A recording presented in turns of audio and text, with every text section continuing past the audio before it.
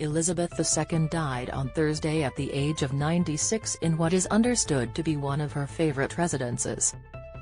Her state funeral will be held on September 19.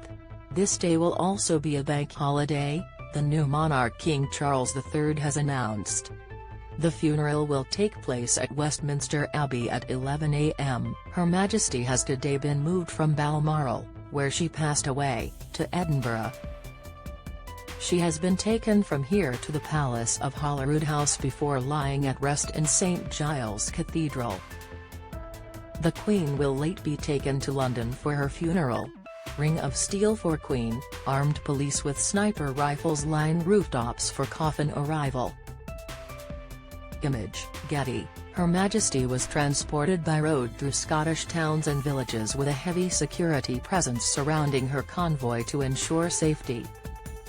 Up to 10,000 officers are understood to be involved in what has been described as the largest single security operation Britain has ever seen. The Mail on Sunday described Her Majesty as being protected by a ring of steel.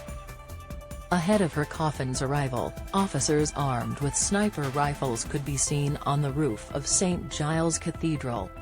Read more. Ukraine live. Kyiv took more land in 5 days than Russia did in months. Preparations for coffin convoy. Image, Getty. Preparations for coffin convoy. Image, Getty. Other officers also rode in a vehicle following the horse carrying Her Majesty's coffin. By 4 p.m., the transportation had appeared to have moved without complication or disruption.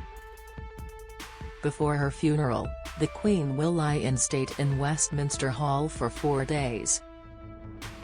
Don't miss, Royal Family Nightmare as Caribbean nation set timeline to oust King, reveal, Naga Munchetty sparks backlash after King Charles III mistake, report, Archie and Lilibet not given Prince and Princess title, Insight, The Queen, A Life in Pictures.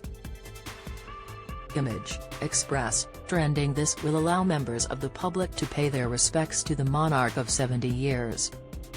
The last member of the royal family to lie in state in Westminster Hall was the Queen Mother in 2002. At this time, more than 200,000 people queued to view her coffin, according to the BBC. King Charles. Image, Getty. After the ceremony, Prince Philip's coffin will be moved from the royal vault to the memorial chapel to join that of the Queen. In his first speech as King, Charles III earlier this week said, Queen Elizabeth was a life well lived, a promise with destiny kept, and she is mourned most deeply in her passing. That promise of lifelong service I renew to you all today. Alongside the personal grief that all my family are feeling, we also share with so many of you in the United Kingdom, in all the countries where the Queen was head of state, in the Commonwealth and across the world, a deep sense of gratitude for the more than 70 years in which my mother, as Queen, served the people of so many nations.